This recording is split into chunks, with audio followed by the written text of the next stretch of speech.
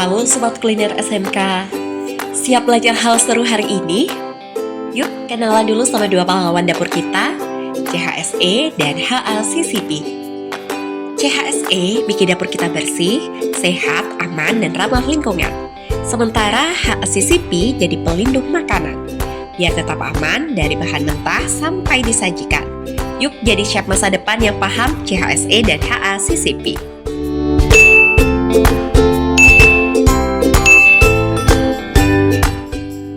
Nah, Sobat Kuliner SMK, sebelum mulai masak, jangan lupa cuci tangan dulu ya. Basahi tangan, beri sabun, gosok telapak tangan, punggung tangan, dan sela jari. Bila sampai bersih, menggunakan air mengalir. Tangan bersih, makanan pun aman dan sehat.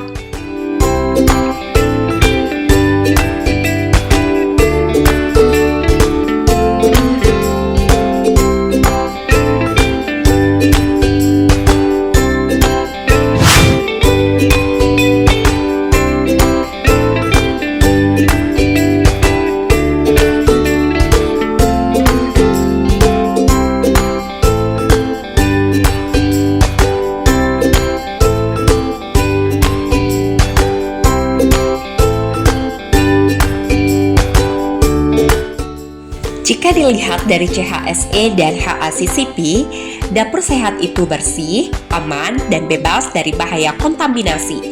Peralatan juga harus higienis, udara bersih, dan sampah dibuang pada tempatnya. Wah, dapur sekolah kita udah keren banget nih. Lantainya udah nggak licin, ada drainase biar air cepat mengalir. Pencahayaan juga cukup terang, dan tembok dekat dengan kompor dilapisi keramik, jadi mudah untuk dibersihkan.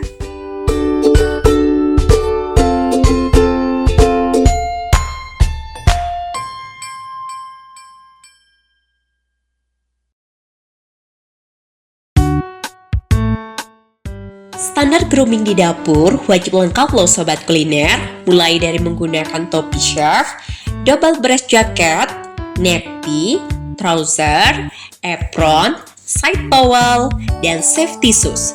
Setiap bagian memiliki fungsi spesifik seperti melindungi dari panas dan tumpahan, serta menjaga kebersihan.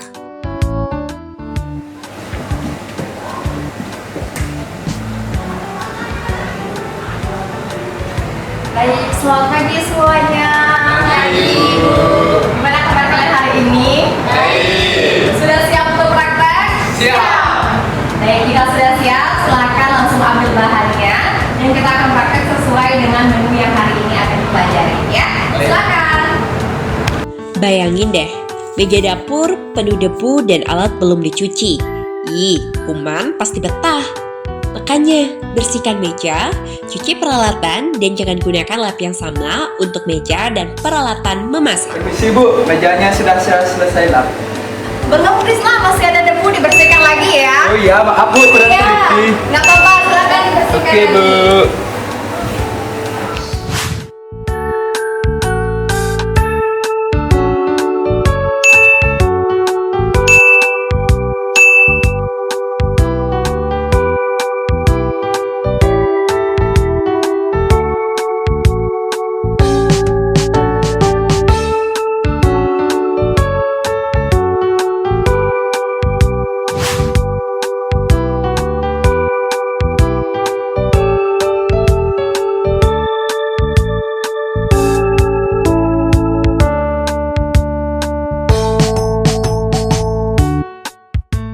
Ibu, Ya, izin bertanya, apakah boleh ngelap piring pakai bekas meja? jangan deh, kamu pakai lap yang baru aja ya, biar nanti piringnya tidak menjadi sarang untuk kontaminasi silang. Pakai lap yang baru aja. Silakan.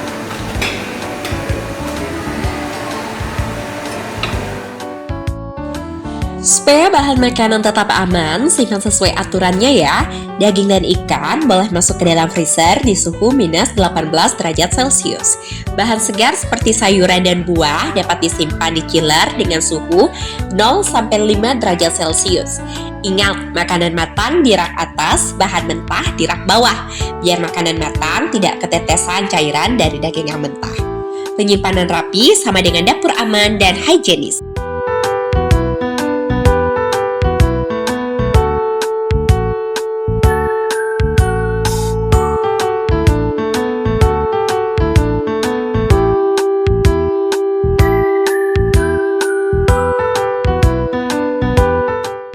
Sobat kuliner SMK, menangani bahan makanan itu ada aturannya. Sayuran dicuci pakai air mengalir, bukan direndam lama. Daging jangan dibiarkan di suhu ruang, tapi langsung disimpan di chiller atau freezer ya.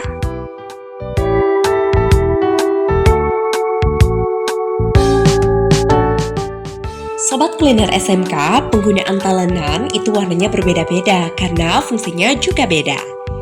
Talenan merah untuk daging mentah, talenan biru untuk ikan mentah, talenan kuning untuk unggas mentah, talenan hijau untuk sayur dan buah-buahan, untuk talenan coklat, daging matang, dan talenan putih untuk varian bakery dan dairy product.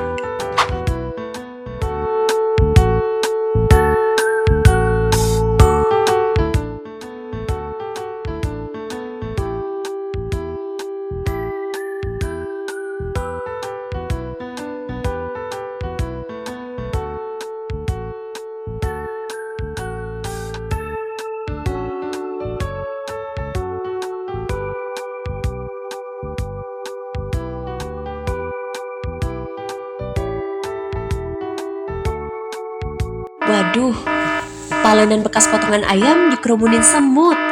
Bisa berantakan di meja, bahkan ada yang nyemplung juga di sink.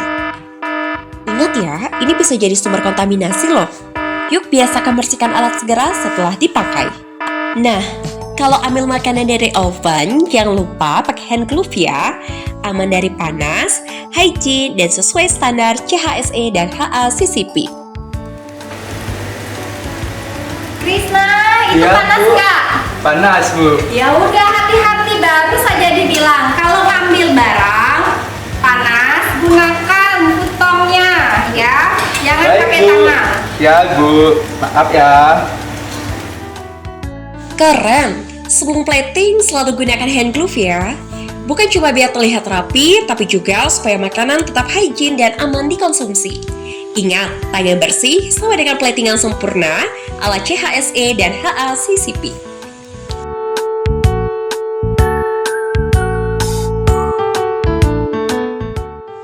Setelah kegiatan praktek memasak selesai, biasanya masih ada beberapa bahan makanan yang tersisa. Nah, jangan langsung dibuang atau dibiarkan terbuka di meja ya. Kebiasaan kecil ini bisa berpengaruh besar terhadap kebersihan dan keamanan makanan di dapur kita. Bahan yang masih bagus segera disimpan dalam wadah tertutup dan bersih. Setiap wadah perlu diberi label berisi nama bahan, tanggal penyimpanan, dan siapa yang menyimpannya. Label ini penting banget supaya semua orang tahu bahan mana yang harus dipakai lebih dulu dan kapan masa simpannya berakhir. Setelah itu, gunakan sistem FIFO, first in, first out. Artinya, bahan yang pertama kali masuk ke lemari penyimpanan atau chiller harus digunakan terlebih dahulu. Dengan sistem ini, kita bisa mencegah bahan menumpuk dan terbuang sia-sia karena kadaluarsa. Selain hemat, ini juga menjaga kualitas bahan tetap segar dan aman untuk dikonsumsi.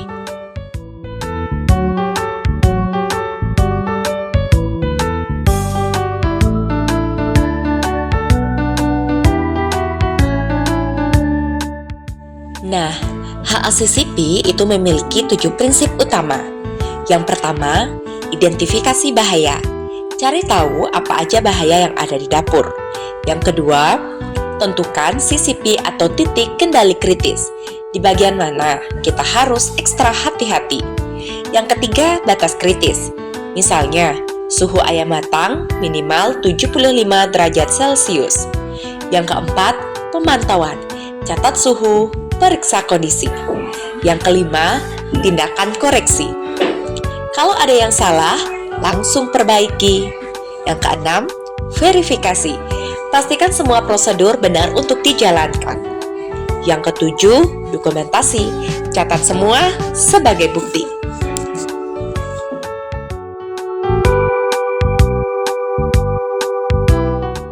Tahukah Sobat Kuliner SMK? Dapur yang efisien dan aman bukan hanya soal masakan yang lezat, tapi juga tentang bagaimana kita menjaga lingkungan dan keselamatan kerja. Mulailah dari hal sederhana dengan memilah sampah organik dan non-organik. Matikan kompor Dan jangan biarkan air mengalir jika tidak digunakan. Sebelum meninggalkan dapur, pastikan semua lampu dan alat listrik dimatikan. Kebiasaan kecil ini bisa membuat dapur lebih ramah lingkungan dan efisien.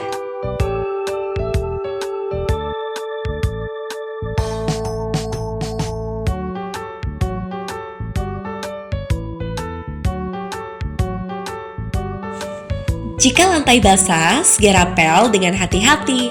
Dan jangan lupa pasang tanda lantai licin, agar tidak ada yang terpleset. Area kerja yang rapi, bersih, dan aman menunjukkan bahwa kalian sudah menerapkan prinsip CHSE dan HACCP dengan baik.